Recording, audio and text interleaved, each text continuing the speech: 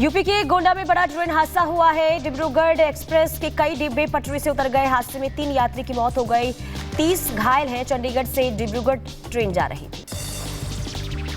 गोंडा में हुए ट्रेन हादसे के बाद ट्रैक को खाली कराने का काम तेज कर दिया गया। जेसीबी से हटाई जा रही है बोगी। सूत्रों के हवाले से खबर, ट्रैक खाली करने में करीब 14 घंटे लगेंगे। इसके बाद ट्रेनों का संचालन शुरू हो सकेगा।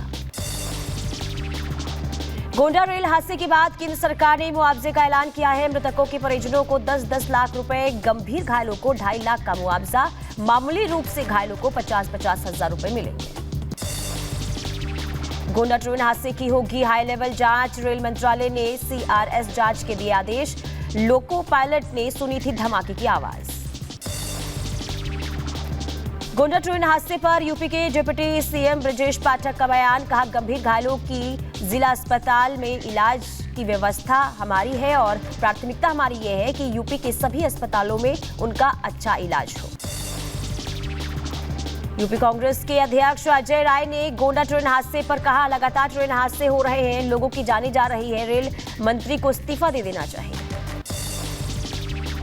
बीजेपी मुख्यालय में प्रधानमंत्री मोदी ने कार्यकर्ताओं में भरा उत्साह, कहा हम लोगों ने काम किया है और लड़ाई अभी लंबी बाकी है, हमें आगे के लिए करना होगा काम। जम्मू कश्मीर से आतंकियों की सफाई के लिए एक्शन प्लान तैयार है। दिल्ली में पीएम मोदी ने गृह मंत्री और रक्षा मंत्री के साथ बैठक की। NSA अजीत डोभाल भी इस दौरान मौजूद रहे। भारत में ड्रग्स कंट्रोल को लेकर गृह मंत्री अमित शाह की अध्यक्षता में बड़ी बैठक हुई। नशा तस्करों को चेतावनी देते हुए कहा गया कि 1 ग्राम भी ड्रग्स भारत में नहीं आने देंगे और न ही हम भारत और इसकी सीमाओं का किसी भी तरह से ड्रग तस्करी के लिए इस्तेमाल होने देंगे। भारत ने जुनून पैदा करना चाहिए कि हम भारत में 1 ग्राम ड्रग आने भी नहीं देंगे और भारत से 1 ग्राम ड्रग दुनिया में जाने भी नहीं देंगे। बाल विवाह रोकने के लिए असम की हिमंता सरकार का बड़ा फैसला। मुस्लिम विवाह और तलाक पंजीकरण कानून को रद्द किया गया। सीएम हिमंता बोले, मॉनसून सत्र में कानून लाएंगे। असम में मुस्लिम विवाह और तलाक कानून रद्द करने के लिए के फैसले पर AIUDF ने ऐतराज जताया है। आपको बता दें कि ये कहा गया है कि सीएम हिमंता मुसलमानों को टारगेट कर रहे हैं और वो असेंबली में इस बिल का विरोध भी करेंगे। आसाम की सीएम को मुसलमान को टारगेट करना है तो हम उसके खिलाफ करते हैं, हम उसको विरोध करते हैं। अब लाने दीजिए, वो क्या लाते हैं हम उसको देखेंगे, फिर अगर वो दरकारी नहीं होगा हम उसको विरोध करेंगे।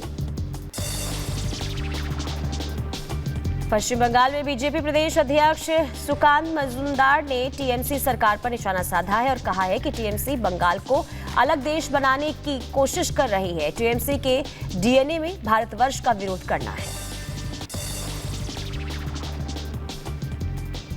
2 दिन के दिल्ली दौरे के बाद रायपुर लौटे सीएम विष्णुदेव साय ने कहा कि केंद्रीय मंत्रियों से छत्तीसगढ़ के विकास के संबंध में सार्थक चर्चा हुई। 4 रेलवे परियोजनाओं को मंजूरी मिलेगी। हरियाणा सीएम नायब सिंह सैनी ने आप और कांग्रेस पर साधा निशाना, कहा कांग्रेस और आम आदमी पार्टी दोनों एक थैली के चट्टे बट्टे, झूठ का सहारा लेकर काम करते हैं। लोकसभा चुनाव के बाद हरियाणा में टूटा इंडी गठबंधन। कांग्रेस और आम आदमी पार्टी अलग अलग लड़ेंगे चुनाव। आप ने हरियाणा की सभी विधानसभा सीटों पर चुनाव लड़ने का ऐलान किया। कांवड़ रूट पर दुकानदारों को नाम लिखने का आदेश योगी सरकार में। मंत्री कपिल देव अग्रवाल ने कहा कि हिंदू देवी देवताओं के नाम से नहीं चलेगी नॉनवेज की दुकान। मुजफ्फरनगर में दुकानों पर नेम प्लेट पर विवाद के बीच मुख्तार अब्बास नकवी का पोस्ट, अति उत्साहित अधिकारियों की हड़बड़ी में गड़बड़ी। आस्था का सम्मान होना ही चाहिए पर अस्पृश्यता का संरक्षण नहीं होना चाहिए।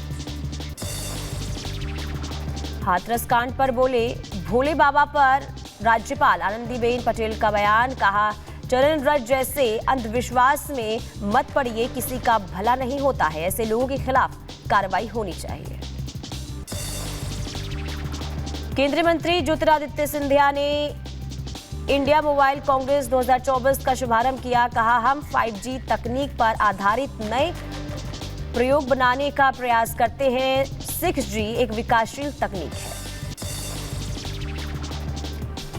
असम सरकार का सीएनजी पर बड़ा फैसला। असम में सीएनजी पर सिर्फ 5% वैट लगेगा। सीएनजी पर वैट 14.5% से घटाकर 5% किया गया। 31 मार्च 2027 तक लागू रहेगी नई दर। बिहार में बिगड़ती कानून व्यवस्था को लेकर सीएम नीतीश कुमार ने बुलाई हाई लेवल बैठक। सभी जिलों के डीएम और एसपी भी वीडियो कॉन्फ्रेंसिंग के माध्यम से जुड़ेंगे।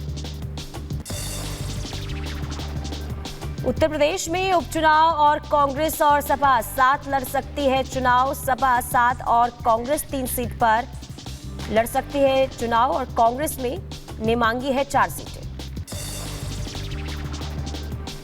चीन की बढ़ती गतिविधियों के बीच भारत ने लक्षद्वीप में 2 सैन्य हवाई अड्डे बनाने की योजना को मंजूरी दी है। मिनिकॉय लक्षद्वीप और एयरफील्ड बनेगा। बता दें कि लड़ाकू विमान यहां पर तैनात किए जाएंगे। जम्मू कश्मीर के कुपवाड़ा में सेना ने बड़ी आतंकी साजिश को नाकाम किया है। घुसपैठ कर रहे 2 पाकिस्तानी आतंकी ढेर किए गए हैं। पुंछ के सरकारी अस्पताल में हैंड ग्रेनेड मिला है। सुरक्षा बलों ने बरामद किया हैंड ग्रेनेड। आसपास के इलाके में सुरक्षा बलों ने सर्च ऑपरेशन जारी रखा है। छत्तीसगढ़ के बीजापुर में नक्सलियों ने सुरक्षा बलों पर हमला किया। आईईडी ब्लास्ट की चपेट में आने से 2 जवान शहीद हो गए। 4 घायल जवानों को अस्पताल में भर्ती कराया गया। महाराष्ट्र के गढ़चिरौली में मारे गए नक्सलियों के पास से भारी मात्रा में हथियार बरामद हुए हैं। नक्सलियों के पास से AK-47, इंसास और सैटेलाइट फोन जब्त किए गए हैं। एनकाउंटर में पुलिस ने 12 नक्सलियों को ढेर किया था। नक्सलियों से मुठभेड़ करने वाले C60 यूनिट के पुलिस जवानों का स्वागत हुआ। पुलिस मुख्यालय गढ़चिरौली पहुंचने पर स्वागत किया गया। छत्तीसगढ़ के मुख्यमंत्री विष्णुदेव साय ने घायल जवानों से मुलाकात की। कहा, चारों जवान अब खतरे से बाहर है। लॉकहीड मार्टिन के सीईओ ने पीएम मोदी से मुलाकात की। रक्षा और औद्योगिक संबंधों पर बातचीत हुई। 11 अगस्त को 2 शिफ्ट में नीट पीजी परीक्षा होगी। देश के 185 केंद्रों पर परीक्षा होगी। नीट पेपर लीक के गुनहगारों पर एक्शन तेज है। सीबीआई ने पटना एम्स के 4 मेडिकल छात्रों को गिरफ्तार किया। आरोपियों के लैपटॉप और मोबाइल भी अब उसकी भी जांच हो रही है। आरोपियों पर पेपर हल करने का आरोप लगा है। नीट परीक्षा पर सुप्रीम कोर्ट का एनटीए को आदेश। सभी छात्रों के नंबर ऑनलाइन हो जारी। छात्रों की पहचान गोपनीय रखी जाए। शनिवार 12 तक नतीजे सार्वजनिक हो। ट्रेनी आईएएस पूजा खेडकर के परिवार पर कसा गया शिकंजा। किसानों को धमकाने के मामले में पूजा की मां मनोरमा को पुलिस ने गिरफ्तार किया। पूजा के पिता की संपत्ति की जांच के लिए टीम गठित की गई। यूपी के बंद पड़े सिनेमा घर अब उसको सरकार खोलने जा रही है। जिन जिलों में एक भी सिनेमा हॉल नहीं है वहां भी खोले जाएंगे सिनेमा घर।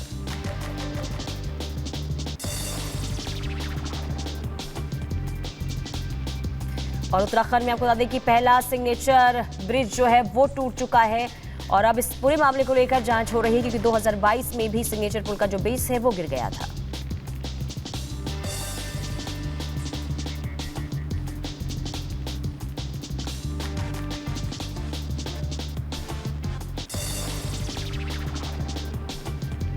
राजस्थान के जयपुर में छात्र संघ चुनाव को लेकर बवाल देखने को मिला। पुलिस ने प्रदर्शनकारियों पर लाठीचार्ज किया। छात्र संघ चुनाव बहाल करने की मांग को लेकर विरोध जता रहे थे। राजस्थान के बीकानेर में भीषण सड़क हादसा हुआ। ट्रेलर ने पीछे से घुसी कार। हादसे में 6 लोगों की जान चली गई, एक गंभीर रूप से घायल है। लखीमपुर खीरी में मुहर्रम के जुलूस के दौरान हाईटेंशन लाइन से टकराया ताजिया। एक की मौत हो गई, 15 लोग झुलस गए।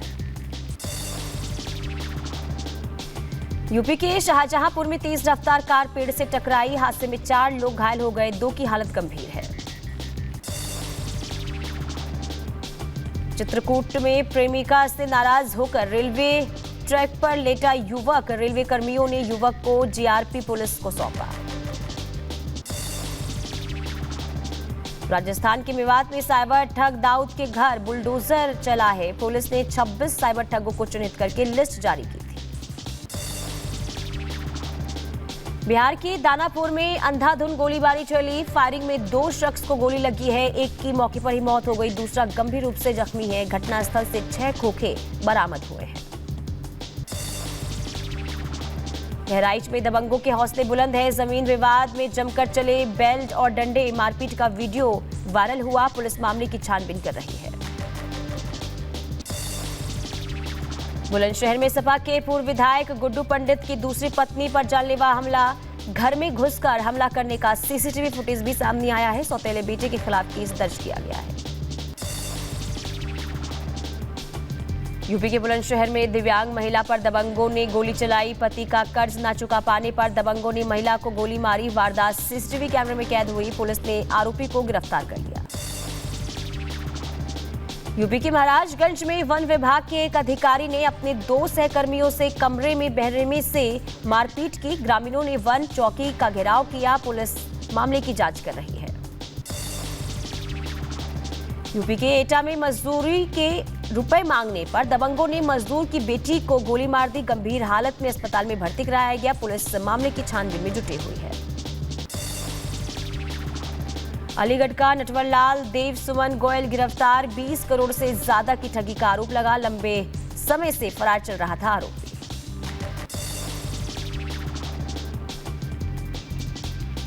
और इधर आपको बता दें कि श्रीलंका T20 टीम का ऐलान हो गया है। सूर्य को कमान सौंपी गई है।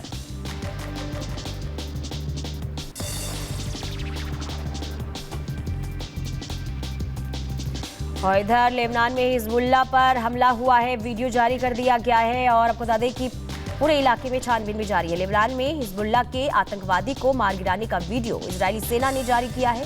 हिजबुल्लाह समूह की इंजीनियरिंग इकाई के एक सदस्य को मार गिराया गया है। और इधर स्पेन में सुरक्षा बलों ने हिजबुल्लाह के ड्रोन निर्माण के ठिकानों को ध्वस्त किया। ड्रोन के पुर्जे सप्लाई करने